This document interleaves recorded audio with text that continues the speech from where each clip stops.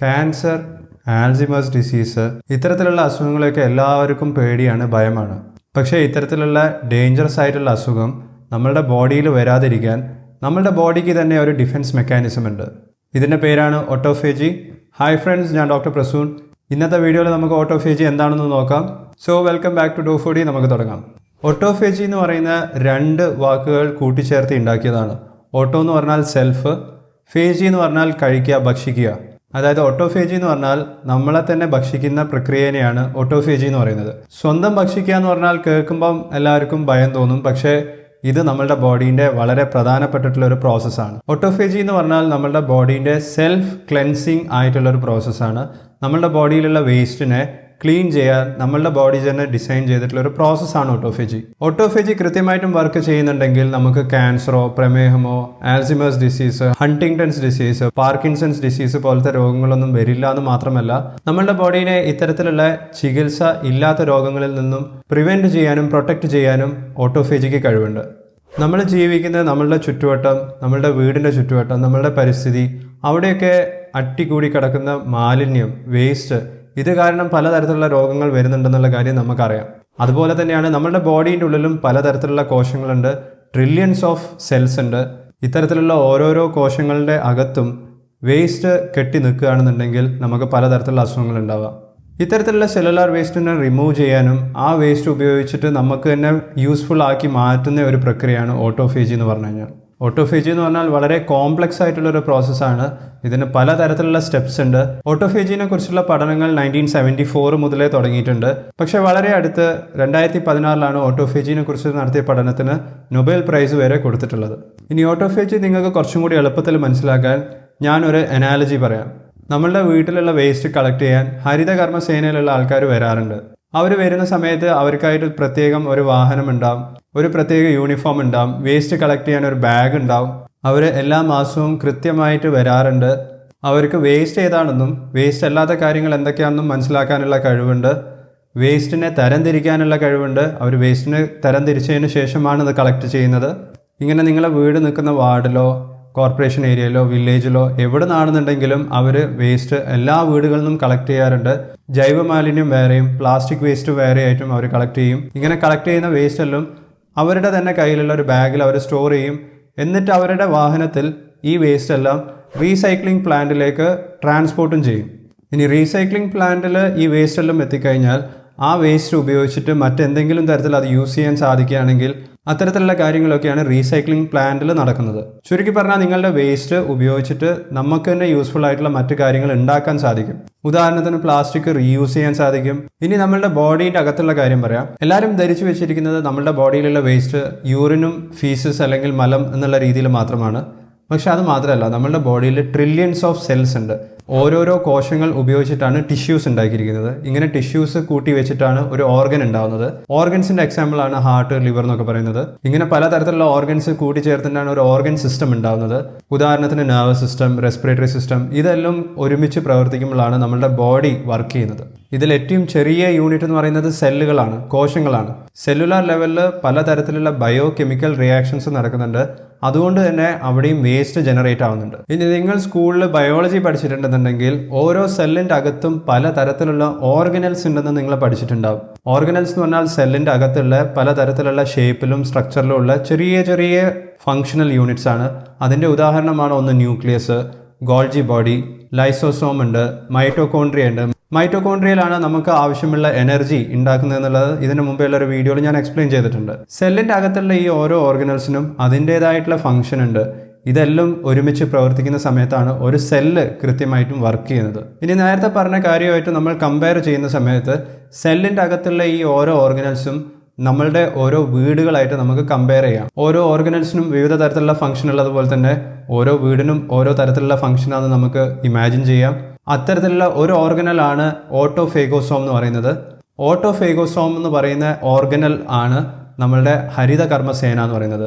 ഇത് സെല്ലിൻ്റെ അകത്തുള്ള കാര്യമാണ് ഞാൻ പറയുന്നത്. ഹരിതകർമ്മസേന വീടുകളിൽ നിന്നും വേസ്റ്റ് കളക്ട് ചെയ്യുന്നത് പോലെ തന്നെ ഓട്ടോഫേഗോസോം എന്ന് പറയുന്ന ഓർഗനൽ നമ്മളുടെ സെല്ലിൻ്റെ അകത്തുള്ള മറ്റ് ഓർഗനൽസിൽ നിന്നും വേസ്റ്റ് കളക്ട് ചെയ്യും.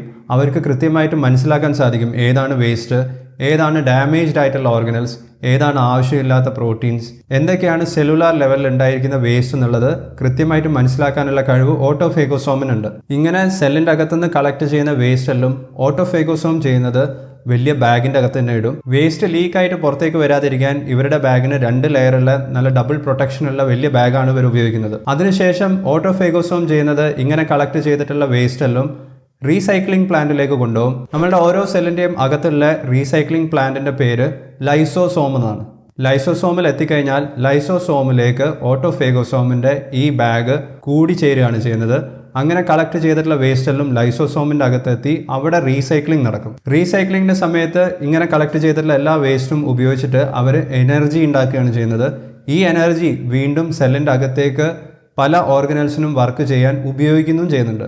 ചുരുക്കി പറഞ്ഞു കഴിഞ്ഞാൽ സെല്ലിൻ്റെ അകത്തുള്ള വേസ്റ്റ് ഓട്ടോഫേജി കൃത്യമായിട്ടും വർക്ക് ചെയ്യുന്നതുകൊണ്ട് അത് സെല്ലിന് തന്നെ ഉപയോഗിക്കാൻ സാധിക്കുന്നുണ്ട് റീസൈക്കിൾ ചെയ്തതിന് ശേഷം. ഇനി നമ്മളുടെ പരിസ്ഥിതിയിലുള്ള വേസ്റ്റ് കളക്ട് ചെയ്യുന്ന ഉത്തരവാദിത്തം ഹരിതകർമ്മസേനേൻ്റെ മാത്രമാണെന്ന് ചോദിച്ചു കഴിഞ്ഞാൽ അത് തെറ്റാണ്.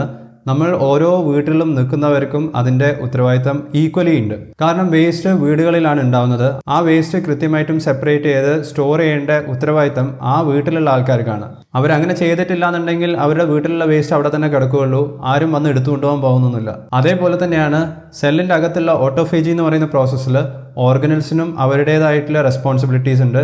വേസ്റ്റ് ഏതാണെന്നും വേസ്റ്റ് അല്ലാത്തത് ഏതാണെന്നും ടാഗ് ചെയ്ത് ഓട്ടോഫേഗോസോംസിന് മനസ്സിലാക്കി കൊടുക്കുന്ന രീതിയിൽ മാറ്റി നിർത്തണം. നമ്മളുടെ ബോഡിയിലുള്ള ഇമ്മ്യൂൺ സിസ്റ്റം, രോഗപ്രതിരോധ ശേഷി നമുക്ക് കൃത്യമായിട്ടും തരുന്നത് നമ്മളുടെ ഇമ്മ്യൂൺ സിസ്റ്റമാണ്. ഇമ്മ്യൂൺ സിസ്റ്റം വർക്ക് ചെയ്യുന്നത് പോലെ തന്നെ ഓട്ടോഫേഗോസോംസിന് നമ്മളുടെ ബോഡിയിലേക്ക് കയറിയിട്ടുള്ള വൈറസസിനെയും മറ്റ് സൂക്ഷ്മാണുക്കളെയും അറ്റാക്ക് ചെയ്യാനും ഫൈറ്റ് ചെയ്യാനും അവരെയും ബാഗിൻ്റെ അകത്താക്കി ലൈസോസോമിലേക്ക് കൊണ്ടുപോകാനുള്ള കഴിവുണ്ട്. ഇത്രയാണ് ഓട്ടോഫേജിയിൽ നടക്കുന്ന കാര്യങ്ങൾ. ഈ പറഞ്ഞ ഓരോ സ്റ്റെപ്പും കൃത്യമായി നടന്നു കഴിഞ്ഞാൽ മാത്രമേ ഓരോ സെല്ലിൻ്റെ അകത്തും ഓട്ടോഫേജി കൃത്യമായിട്ട് നടക്കുകയുള്ളൂ. നമ്മളുടെ സെല്ലിൻ്റെ അകത്ത് ഉണ്ടാവുന്ന വേസ്റ്റിനെ കൃത്യമായിട്ടും റീയൂസ് ചെയ്യാനും റീസൈക്കിൾ ചെയ്യാനും സാധിക്കുകയുള്ളൂ. ഓട്ടോഫേജി കൃത്യമായിട്ടും നടന്നിട്ടില്ല എന്നുണ്ടെങ്കിൽ സെല്ലിൻ്റെ അകത്തുള്ള വേസ്റ്റ് അവിടെ തന്നെ കെട്ടി നിൽക്കും. അന്നപ്പോഴാണ് പലതരത്തിലുള്ള അസുഖങ്ങളും വരുന്നത്. അപ്പോൾ ഇനി ഓട്ടോഫേജീൻ്റെ ബെനിഫിറ്റ്സ് എന്തൊക്കെയാണെന്ന് പറയാം. പുതിയ സ്റ്റഡീസിൽ പറയുന്നത് ഓട്ടോഫേജി കൃത്യമായിട്ടും വർക്ക് ചെയ്യുന്നുണ്ടെങ്കിൽ സെല്ലിൻ്റെ ഏജിങ് പ്രോസസ്സ് സ്ലോ ഡൗൺ ചെയ്യാൻ സാധിക്കുന്നതാണ് പറയുന്നത്. അതായത് ഒരു സെല്ല്, ഒരു കോശം പ്രായം വെക്കുന്ന പ്രോസസ്സ് അല്ലെങ്കിൽ അതിൻ്റെ സ്പീഡ് കുറയ്ക്കാൻ സാധിക്കും. അതായത് സെല്ലിൽ ഉണ്ടാകുന്ന വേസ്റ്റൊക്കെ കൃത്യമായി റീസൈക്കിൾ ചെയ്ത് എവിടെയാണോ വേസ്റ്റ് കൊണ്ട് സ്റ്റോർ ചെയ്യേണ്ടത് ആ പ്രോസസ്സ് കൃത്യമായിട്ടും വർക്ക് ചെയ്യുന്നുണ്ടെങ്കിൽ സെല്ലിൻ്റെ അകത്ത് വേസ്റ്റ് കെട്ടി നിൽക്കുന്നില്ല. സെല്ലിന് കൂടുതൽ സമയം പ്രവർത്തിക്കാൻ സാധിക്കും. അങ്ങനെ ബില്യൺസ് അല്ല ട്രില്യൺസ് ഓഫ് സെല്ലുകളാണ് നമ്മളുടെ ബോഡിയിലുള്ളത്. ഇങ്ങനെ ഓരോ സെല്ലും കൂടുതൽ സമയം പ്രവർത്തിക്കുകയാണെങ്കിൽ നമ്മളുടെ ഏജിങ് നമുക്ക് സ്ലോ ഡൗൺ ചെയ്യാൻ സാധിക്കും. നമ്മളുടെ ഓരോ സെല്ലും കൂടുതൽ കാലം ജീവിക്കുന്നതിനനുസരിച്ച് നമുക്കും കൂടുതൽ കാലം ക്വാളിറ്റി ലൈഫ് ജീവിക്കാൻ സാധിക്കുന്നതാണ്. ഞാൻ നേരത്തെ പറഞ്ഞിട്ടുണ്ടായിരുന്നു ഓട്ടോഫേജി എന്ന് പറയുന്നത് വളരെ കോംപ്ലക്സ് ആയിട്ടുള്ള ഒരു പ്രോസസ്സാണ്. അവിടെ പലതരത്തിലുള്ള തെറ്റുകളും നടക്കാം. ഉദാഹരണത്തിന് വേസ്റ്റ് ഓട്ടോഫേഗോസോമിൽ നിന്നും ബാഗിലേക്ക് എടുക്കുന്ന സമയത്ത് ആ ബാഗിന് 2 ലെയർ ഉണ്ടെന്ന് ഞാൻ പറഞ്ഞു. ഇങ്ങനെ 2 ലെയർ ഉണ്ടാക്കുന്നതിന് കാരണം തന്നെ ഈ വേസ്റ്റ് ലീക്കായി പുറത്തേക്ക് പോകാതിരിക്കാൻ വേണ്ടിയിട്ടാണ്. പക്ഷെ ചില സിറ്റുവേഷനിൽ വേസ്റ്റ് എന്നിരുന്നാലും ലീക്കാവാം. ഈ മെംബ്രെയിൻ പൊട്ടി വേസ്റ്റ് പുറത്തേക്ക് ലീക്കായി വീണ്ടും വീണ്ടും അങ്ങനെ വേസ്റ്റ് ലീക്കായിക്കൊണ്ടിരിക്കുകയാണെന്നുണ്ടെങ്കിൽ പലതരത്തിലുള്ള അസുഖങ്ങൾ വരും. അത്തരത്തിലുള്ള 2 അസുഖമാണ് പാർക്കിൻസൺസ് ഡിസീസും ഹണ്ടിങ്ടൺസ് ഡിസീസും. ഇത് രണ്ടും ന്യൂറോ ഡീജനറേറ്റീവ് കണ്ടീഷൻസ് ആണ്. പാർക്കിൻസൺസ് ഡിസീസ് എന്ന് പറഞ്ഞു കഴിഞ്ഞാൽ കയ്യിൽ വിറയലുണ്ടാവും, ആളുടെ പോസ്ചർ മാറും, ബ്രെയിനിനെ സാരമായി ബാധിക്കുന്ന ഒരു കണ്ടീഷനാണ് പാർക്കിൻസൺസ് ഡിസീസ് എന്ന് പറയുന്നത്. ഓട്ടോഫേജിയിൽ നടക്കാൻ സാധ്യതയുള്ള മറ്റൊരു മിസ്റ്റേക്ക് എന്ന് പറഞ്ഞു കഴിഞ്ഞാൽ ഈ ഓട്ടോഫേഗോസോം ലൈസോസോമായിട്ട് കൂടിച്ചേരുന്ന സമയം, ഫ്യൂഷൻ നടക്കുന്ന സമയത്ത് എന്തെങ്കിലും പ്രശ്നങ്ങൾ ഉണ്ടാവാം. ഈ ഫ്യൂഷൻ പ്രോസസ്സ് കൃത്യമായിട്ട് നടന്നിട്ടില്ല എന്നുണ്ടെങ്കിൽ ഡിഫക്റ്റീവ് ആയിട്ടുള്ള ഡാമേജ്ഡ് ആയിട്ടുള്ള ഒരു പ്രത്യേക തരത്തിലുള്ള പ്രോട്ടീൻ ഫോൾഡിങ് മര്യാദക്ക് നടക്കില്ല. അപ്പോൾ ഡിഫക്റ്റീവ് ആയിട്ടുള്ള ഒരു പ്രോട്ടീൻ സെല്ലിൻ്റെ അകത്ത് കൂടി നിൽക്കും, അക്യുമുലേറ്റ് ചെയ്യും. ഇത്തരത്തിലുള്ള പ്രോട്ടീൻസ് ന്യൂറോൺസിനെ ബാധിക്കുകയാണെങ്കിൽ, അതായത് തലച്ചോറിലുള്ള സെല്ലുകളെയാണ് നമ്മൾ ന്യൂറോൺസ് എന്ന് പറയുന്നത്. ഈ ന്യൂറോൺസിൻ്റെ അകത്ത് ഇത്തരത്തിലുള്ള വേസ്റ്റ് കെട്ടി നിൽക്കുന്ന സമയത്താണ് ആൽസിമേഴ്സ് ഡിസീസ് ഉണ്ടാകുന്നത്. ആൽസിമേഴ്സ് ഡിസീസിൽ ഓർമ്മക്കുറവ് മാത്രമല്ല സ്ലോലി കോഗ്നിറ്റീവ് ഡിക്ലൈൻ ആണ് ഉണ്ടാകുന്നത്. ബ്രെയിന് എങ്ങനെയാണോ ഫംഗ്ഷൻ ചെയ്യേണ്ടത് അതിൻ്റെ ആ ഫംഗ്ഷനിങ് കപ്പാസിറ്റി മെല്ലെ മെല്ലെ സമയമെടുത്ത് കുറഞ്ഞു വരുന്ന ഒരു അസുഖമാണ് ആൽസിമേഴ്സ് ഡിസീസ് എന്ന് പറയുന്നത്. ആൽസിമേഴ്സ് ഡിസീസും നമുക്ക് പല കാര്യങ്ങൾ ശ്രദ്ധിക്കുകയാണെന്നുണ്ടെങ്കിൽ പ്രിവെൻറ്റ് ചെയ്യാൻ സാധിക്കും. ഇതിനെക്കുറിച്ച് ഞാൻ ചെയ്തിട്ടുള്ള വീഡിയോയുടെ ലിങ്കും നിങ്ങൾക്ക് ലൈക്ക് ബട്ടൻ്റെ താഴെ കാണാവുന്നതാണ്. ഓട്ടോഫേജിൻ്റെ മറ്റുള്ള ബെനിഫിറ്റ്സ് എന്തൊക്കെയാണെന്ന് ചോദിച്ചു കഴിഞ്ഞാൽ ക്യാൻസർ പോലത്തെ കണ്ടീഷൻസ് വരുന്നത് പ്രിവെൻറ്റ് ചെയ്യാൻ സാധിക്കും. മെറ്റബോളിക് കണ്ടീഷൻസ് ഉണ്ട്, മെറ്റബോളിക് സിൻഡ്രോംസ് ഉണ്ട്. അതിൻ്റെ ഒരു ഉദാഹരണമാണ് പ്രമേഹം അല്ലെങ്കിൽ ഡയബറ്റിസ് എന്ന് പറയുന്നത്. ഇത് പ്രിവെൻറ്റ് ചെയ്യാനും പ്രമേഹം ഓൾറെഡി ഉള്ള ആൾക്കാർക്ക് അത് കൺട്രോൾ ചെയ്ത് നിർത്താനും സഹായിക്കും. നമ്മളുടെ ഇമ്മ്യൂൺ സിസ്റ്റത്തിനെ ബാധിക്കുന്ന കണ്ടീഷൻസും വരാതെ നോക്കാൻ ഓട്ടോഫേജി കൃത്യമായിട്ടും വർക്ക് ചെയ്താൽ മതി. ഓട്ടോഫേജിൻ്റെ ഈ പറയുന്ന ബെനിഫിറ്റ്സ് ഒക്കെ എങ്ങനെയാണ് വരുന്നതെന്നും കൂടി ഞാൻ പറയാം. അതിനെക്കുറിച്ച് പറയണമെന്നുണ്ടെങ്കിൽ സെല്ലിൽ ഉണ്ടാവുന്ന ഈ വേസ്റ്റിനെ കുറിച്ച് പറയണം. എങ്ങനെയാണ് സെല്ലിൻ്റെ അകത്ത് ഈ വേസ്റ്റ് ഉണ്ടാവുന്നതെന്ന് ചോദിച്ചു കഴിഞ്ഞാൽ, ഒന്ന് പലതരത്തിലുള്ള ബയോകെമിക്കൽ റിയാക്ഷൻസിൻ്റെ പാർട്ടായിട്ട് വേസ്റ്റ് ഉണ്ടാവുന്നുണ്ട്. പിന്നെ നമ്മൾ മനസ്സിലാക്കേണ്ടത് നമ്മളുടെ ബോഡിയിൽ പലതരത്തിലുള്ള സെൽസ് ഉണ്ട്. ചില സെൽസ് വളരും, ചിലത് മരണപ്പെട്ടു കഴിഞ്ഞാൽ പുതിയ സെല്ല് വീണ്ടും ഉണ്ടാവും, അത് വീണ്ടും വളരും. സെല്ലിൻ്റെ ഗ്രോത്തിൻ്റെ ഇന്നവിറ്റബിൾ പാർട്ടാണ് വേസ്റ്റ് എന്ന് പറയുന്നത്. അതായത് നമുക്ക് മാറ്റി നിർത്താൻ പറ്റില്ല. എന്തൊരു സാധനം വളരുകയാണെന്നുണ്ടെങ്കിലും അവിടെ വേസ്റ്റ് ഉണ്ടാവും. ഇങ്ങനെ ഗ്രോത്തിനെ കൺട്രോൾ ചെയ്യുന്ന ഒരു ഗ്രോത്ത് റെഗുലേറ്ററാണ് mTOR എന്ന് പറയുന്നത്. ഇതും നമ്മളുടെ സെല്ലിൻ്റെ അകത്തുള്ള ഒരു തരത്തിലുള്ള പ്രോട്ടീൻ ആണെന്ന് വേണമെങ്കിൽ പറയാം. സെല്ലിന് ഗ്രോത്ത് ഉണ്ടാവണമെന്നുണ്ടെങ്കിൽ, സെല്ല് വളരണമെന്നുണ്ടെങ്കിൽ അതിനാവശ്യമുള്ള ന്യൂട്രിയൻസ് കിട്ടണം. ന്യൂട്രിയൻസിന് ഉദാഹരണം കാർബോഹൈഡ്രേറ്റ്സും ഫാറ്റ്സ്, വൈറ്റമിൻസും മിനറൽസും ഒക്കെയാണ് നമുക്കറിയാം. സെല്ലിന് ഈ പറയുന്ന ന്യൂട്രിയൻസ് ഒക്കെ കൃത്യമായ അളവിൽ കിട്ടുന്ന സമയത്ത് സെല്ല് ഗ്രോ ചെയ്യും. അതായത് ആ സമയം ആക്ടിവേറ്റഡ് ആയി നിൽക്കുന്നത് mTOR ആണ്. സെല്ലിൻ്റെ ഗ്രോത്തിൻ്റെ സമയത്ത് ഓട്ടോഫേജി അധികവും ഇനാക്റ്റീവ് ആയിരിക്കും. പക്ഷേ എല്ലാ സമയവും സെല്ലിന് ന്യൂട്രിയൻസ് കിട്ടിയെന്ന് വരില്ല. സെല്ല് സ്റ്റാർവ് ചെയ്യുന്ന സമയമുണ്ടാവും, സ്റ്റാർവേഷൻ. അതായത് സെല്ലിന് ഈ പറയുന്ന ന്യൂട്രിയൻസ് ഒന്നും കിട്ടുന്നില്ലെങ്കിൽ ആ സമയത്താണ് ഓട്ടോഫേജി ആക്ടിവേറ്റഡ് ആവുന്നത്. ഓട്ടോഫേജി ആക്ടിവേറ്റഡ് ആവുന്ന സമയത്ത് ഗ്രോത്തിൻ്റെ mTOR എന്ന് പറയുന്ന പ്രോട്ടീൻ ഇനാക്റ്റീവ് ആയിരിക്കും. ഇപ്പോൾ സെല്ലുകൾക്ക് ഈ പറയുന്ന ന്യൂട്രിയൻസ് കിട്ടാതിരിക്കണമെന്നുണ്ടെങ്കിൽ സ്റ്റാർവേഷനിലേക്ക് പോകണം, നമ്മൾ ഭക്ഷണം കഴിക്കാതിരിക്കണം. അതുകൊണ്ടാണ് ഇൻ്റർമിറ്റൻറ്റ് ഫാസ്റ്റിംഗ് അല്ലെങ്കിൽ ഫാസ്റ്റിംഗ് ചെയ്യുന്ന സമയത്താണ് ഓട്ടോഫേജി നമ്മളുടെ ബോഡിയിൽ ആക്ടിവേറ്റഡ് ആവുന്നു എന്നുള്ള കാര്യം പറയുന്നത്. അപ്പോൾ നിങ്ങൾക്ക് ഓട്ടോഫേജി ആക്ടിവേറ്റ് ചെയ്യണമെന്നുണ്ടെങ്കിൽ നിങ്ങൾ കുറച്ച് ഫാസ്റ്റിംഗ് ചെയ്യണം. ഇൻ്റർമിറ്റൻറ്റ് ഫാസ്റ്റിംഗ് എന്ന് പറയുന്നത് ഇടയ്ക്കിടയ്ക്ക് ഫാസ്റ്റ് ചെയ്യുന്ന ഒരു പ്രക്രിയയാണ്. ഒരു ദിവസം 16 മണിക്കൂർ വരെ ഭക്ഷണം കഴിക്കാതിരിക്കുന്ന വിൻഡോ പീരീഡ് ഉണ്ടെങ്കിൽ അതിനെ നമുക്ക് ഇൻ്റർമിറ്റൻറ്റ് ഫാസ്റ്റിംഗ് എന്ന് പറയാം. പലതരത്തിലുള്ള ഇൻ്റർമിറ്റൻറ്റ് ഫാസ്റ്റിംഗ് ഉണ്ട്. ഇതിനെക്കുറിച്ച് ഞാൻ ഒട്ടനവധി വീഡിയോസ് ചെയ്തിട്ടുണ്ട്. അതെല്ലാം ഒരു പ്ലേലിസ്റ്റിൻ്റെ രൂപത്തിലാക്കിയിട്ടുണ്ട്. അതിൻ്റെ ലിങ്കും നിങ്ങൾക്ക് ലൈക്ക് ബട്ടൻ്റെ താഴെയും കാർഡ്സിലും കാണാവുന്നതാണ്. അപ്പോൾ ഇൻ്റർമിറ്റൻറ്റ് ഫാസ്റ്റിങ്ങിൻ്റെ വീഡിയോസ് നിങ്ങൾ കണ്ടിട്ടുണ്ടെങ്കിൽ അതിൽ പറയുന്ന എല്ലാ ബെനിഫിറ്റ്സും ഓട്ടോഫേജി കാരണമാണെന്നുള്ള കാര്യം നിങ്ങൾ മനസ്സിലാക്കണം. ഇനി നിങ്ങൾ മനസ്സിലാക്കേണ്ട വേറെ ഒരു കാര്യം കൂടിയുണ്ട്. നമ്മളുടെ സെല്ലിന് ഗ്രോത്തും വേണം, ഓട്ടോഫേജിയും വേണം. ഇത് രണ്ടും ഒരുമിച്ച് വർക്ക് ചെയ്ത് കഴിഞ്ഞാൽ മാത്രമേ നമുക്ക് ഒരു ബാലൻസ് കിട്ടുള്ളൂ. സെല്ല് ഗ്രോത്ത് മാത്രമാണ് നടക്കുന്നതെങ്കിൽ ക്യാൻസർ പോലത്തെ കണ്ടീഷൻസ് വരും. ഓട്ടോഫേജി മാത്രമാണ് കൂടുതലായിട്ട് നടക്കുന്നതെങ്കിൽ സെൽ വേസ്റ്റിംഗ് ഉണ്ടാവും. നമ്മളുടെ സെല്ല് തന്നെ ചുരുങ്ങി പോയി നമ്മളുടെ സെല്ല് നമുക്ക് യൂസ് ചെയ്യാൻ പറ്റാത്തൊരു സിറ്റുവേഷനിലേക്ക് എത്തും. അത് കാരണം പലതരത്തിലുള്ള അസുഖങ്ങൾ ഉണ്ടാവാം. നമ്മളുടെ ഓരോ സെല്ലിൻ്റെ ലെവലിലും സെൽ ഗ്രോത്തും ഓട്ടോഫേജിയും കൃത്യമായ ലെവലിൽ ഒരേ സമയത്ത് ആക്ടിവേറ്റഡ് ആയി നിൽക്കണം. ഇതിൻ്റെ ബാലൻസ് കറക്റ്റ് ആണെന്നുണ്ടെങ്കിൽ നമുക്ക് രോഗങ്ങൾ വരുന്നത് ഒഴിവാക്കാൻ സാധിക്കും. ഓട്ടോഫേജിനെ കുറിച്ച് ഇത്രയും പഠനങ്ങൾ നടത്തിയിട്ടുണ്ടെങ്കിൽ പോലും കമ്പാരിറ്റീവ്ലി ഇതൊരു പുതിയ സബ്ജക്റ്റ് തന്നെയാണ്.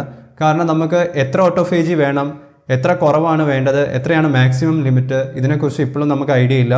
അതുകൊണ്ട് തന്നെ ഇൻ്റർമിറ്റൻറ്റ് ഫാസ്റ്റിംഗ് പല തരത്തിലുണ്ട്. എത്ര ഫാസ്റ്റിംഗ് ചെയ്യണം, ഓരോരുത്തർക്കും ഈ പറയുന്ന കാര്യം വ്യത്യാസം ഉണ്ടാവും. ചില ആൾക്കാർക്ക് 12 മണിക്കൂർ ഫാസ്റ്റ് ചെയ്ത് കഴിഞ്ഞാൽ അത് അവർക്ക് മതിയാവും. മറ്റു ചില ആൾക്കാർക്ക് 20 മണിക്കൂർ ഫാസ്റ്റ് ചെയ്യേണ്ടി വരും ഓട്ടോഫേജി ആക്ടിവേറ്റ് ചെയ്യണമെന്നുണ്ടെങ്കിൽ. അതെല്ലാവർക്കും ഒരുപോലെയല്ല. അതുകൊണ്ട് തന്നെ ഓട്ടോഫേജിനെ കുറിച്ച് കൂടുതൽ പഠനങ്ങൾ ചെയ്യേണ്ടതായിട്ടുണ്ട്. ഓട്ടോഫേജിനെ കുറിച്ച് പുതിയ അപ്ഡേറ്റ്സ് കിട്ടുന്ന സമയത്ത് ഞാൻ നിങ്ങളുമായിട്ട് ഇതേപോലത്തെ വീഡിയോസിൽ ഷെയർ ചെയ്യുന്നതായിരിക്കും. അത്തരത്തിലുള്ള വീഡിയോസ് മിസ്സാവാതെ കാണാൻ ചാനൽ തീർച്ചയായിട്ടും സബ്സ്ക്രൈബ് ചെയ്യുക. അവസാനമായിട്ട് എനിക്ക് പറയാനുള്ളത്, നമ്മൾ ജീവിക്കുന്ന നമ്മളുടെ എൻവയൺമെൻറ്റ് എന്ന് പറയുന്നത് പലതരത്തിലുള്ള ടോക്സിക് കെമിക്കൽസ് ഉണ്ട്, പൊല്യൂട്ടൻസ് ഉണ്ട്, പലതരത്തിലുള്ള മൈക്രോ ഓർഗാനിസംസ് ഉണ്ട്, കൊറോണ വൈറസ് ഉണ്ട്, മറ്റു തരത്തിലുള്ള രോഗാണുക്കൾ ഉണ്ടാവും, പലതരത്തിലുള്ള റേഡിയേഷൻ ഉണ്ട്. ചിലത് നല്ലതാണ്, ചിലത് ബോഡിക്ക് ഹാംഫുൾ ആണ്. പക്ഷേ നമ്മളുടെ എൻവയൺമെൻറ്റിലുള്ള ഇത്തരത്തിലുള്ള കാര്യത്തിൻ്റെ മുകളിലൊന്നും നമുക്ക് ഓരോരുത്തർക്കും കൺട്രോൾ ചെയ്യാൻ സാധിക്കുന്നതല്ല. നമുക്ക് റേഡിയേഷൻ കുറയ്ക്കാനോ ഈ പറയുന്ന മൈക്രോ ഓർഗാനിസംസിനെ കുറയ്ക്കാനൊന്നും സാധിക്കില്ല. നമുക്ക് കൺട്രോൾ ഉള്ളത് നമ്മളുടെ ബോഡീനെ മാത്രമാണ്. നമ്മളുടെ ബോഡീൻ്റെ മുകളിൽ നമുക്ക് 2 തരത്തിലുള്ള കൺട്രോളാണുള്ളത്.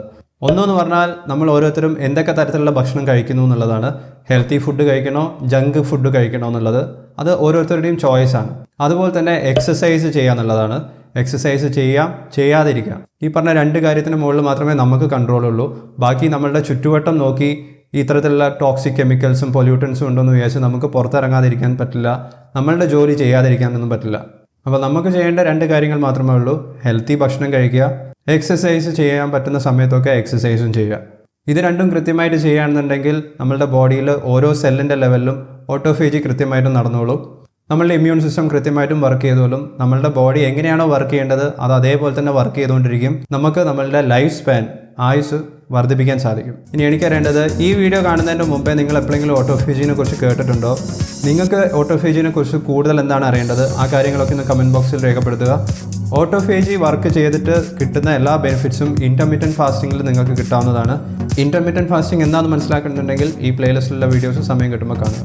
അപ്പോൾ ഈ വീഡിയോ നിങ്ങൾക്ക് ഇഷ്ടപ്പെട്ടാൽ ലൈക്ക് ചെയ്യുക, ഷെയർ ചെയ്യുക. ഞാൻ നിങ്ങളെ നെക്സ്റ്റ് വീഡിയോയിൽ കാണാം. Take care, stay healthy and thank you so much for watching. By.